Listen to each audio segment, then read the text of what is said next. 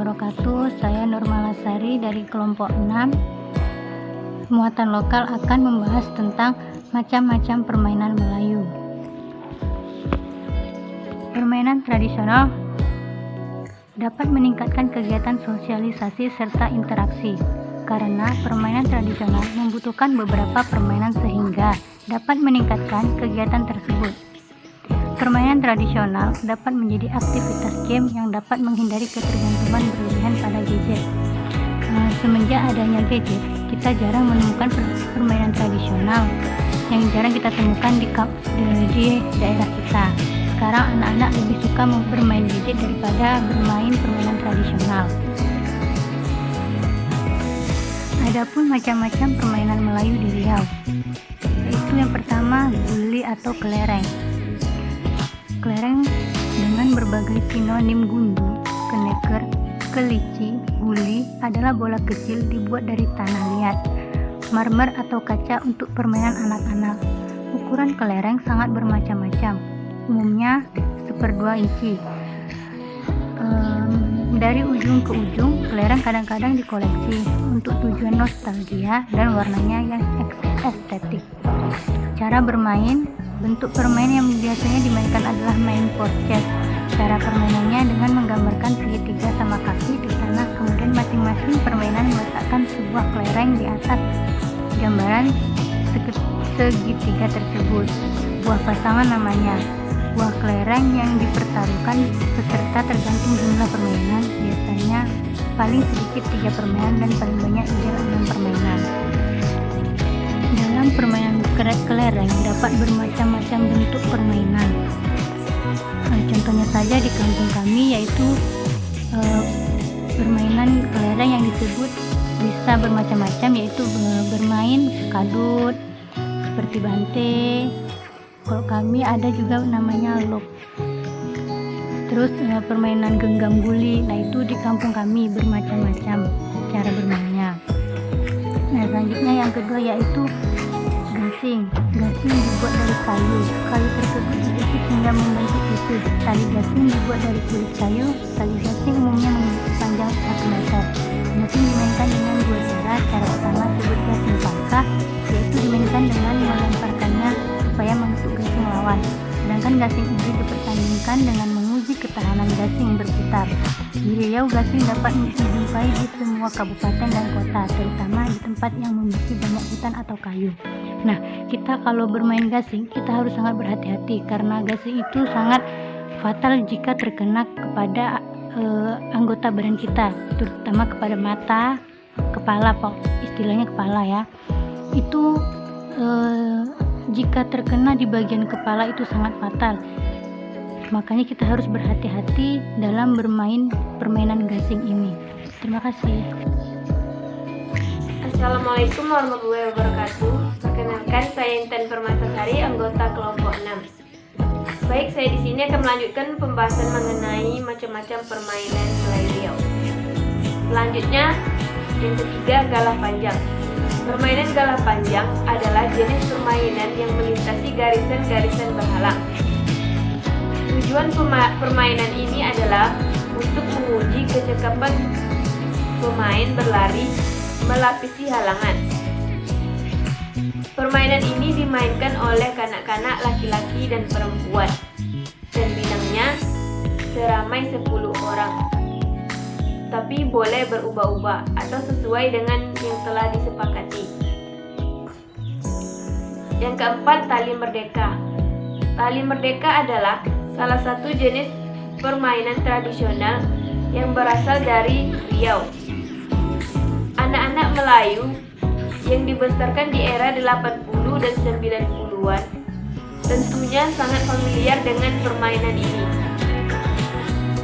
Permainan yang membutuhkan kekuatan dan kelicikan fisik ini masih menjadi permainan favorit anak-anak perempuan pada era tersebut. Inti dari permainan ini adalah melompati rentangan tali karet dengan berbagai ketinggian yang diukur dari badan pemain yang memegang tali tali rentangan karet ini.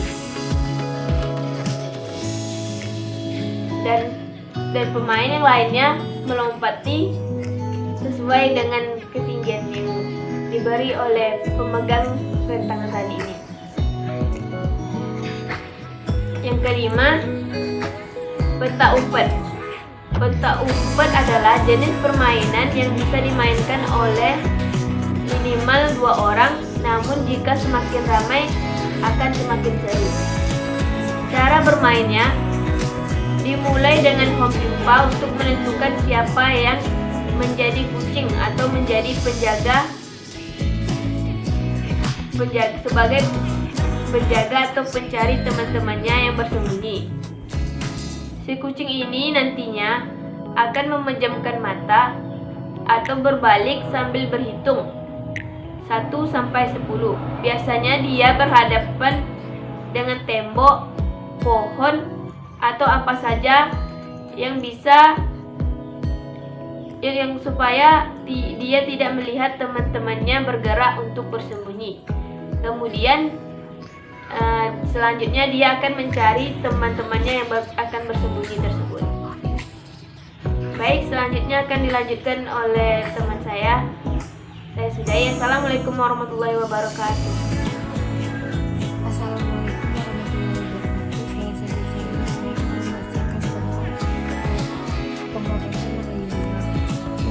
masyarakat malaria memiliki banyak macam sesuai dengan suku yang ada di daerah, di mana setiap suku memiliki cara tersendiri dalam melakukan pengobatan.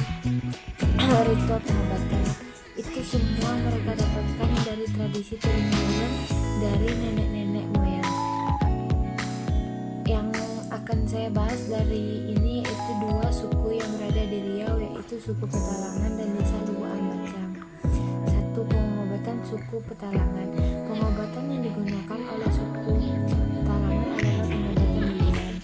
Pengobatan belian sendiri merupakan pengobatan tradisi pada masyarakat di Desa Betung, Kabupaten Pelabuhan.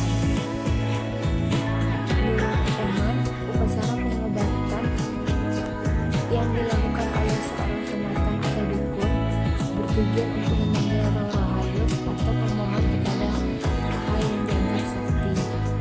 Pengobatan belian merupakan pengobatan yang bertujuan untuk menolak bala seperti mengobati orang sakit, membantu orang hamil yang dikhawatirkan susah melahirkan, dan untuk menolak wabah penyakit dan mengobati serangan dari binatang buas. Pengobatan belian merupakan pengobatan alternatif yang bersifat tradisional, mengingat alat kepercayaan, kebiasaan, serta ajaran yang digunakan merupakan peninggalan turun-menurun oleh leluhur terdahulunya. Assalamualaikum warahmatullahi wabarakatuh. Saya Revi Nurmilenia dari kelompok 6 akan melanjutkan presentasi tentang perobatan Melayu Riau. Nah, yang kedua ini saya ambil dari Desa Lubu Ambacang, di mana desa ini terletak di Kecamatan Kuantan Hulu, Kabupaten Kuantan Sengingi, yang mana masyarakat di Desa Lubu Ambacang masih mempercayai dengan erat tentang tradisi pengobatan leluhurnya,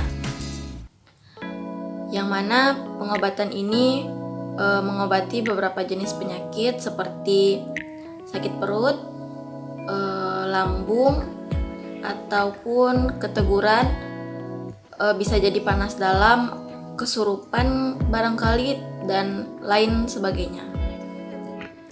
Kemudian Gusti Randa menyatakan dalam penelitiannya, ada seorang nenek yang disebut juga dengan Nenek Ende.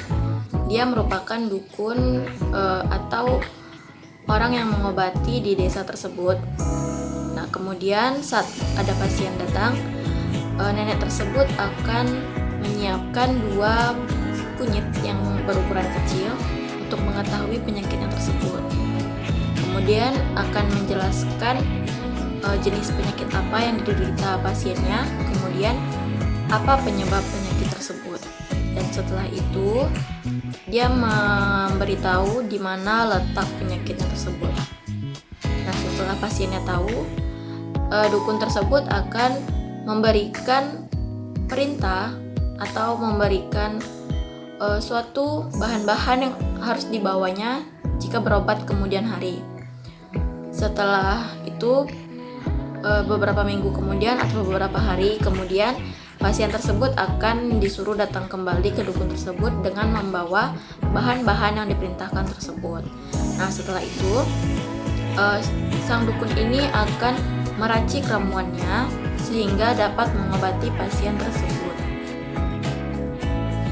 Nah, lalu biasanya pasien itu akan sembuh dengan sendirinya. Baiklah, demikianlah presentasi dari kelompok 6 tentang permainan dan perobatan Melayu Riau. Kami mohon maaf apabila ada kesalahan kata. Wabillahi taufiq wal hidayah. Wassalamualaikum warahmatullahi wabarakatuh. Bye.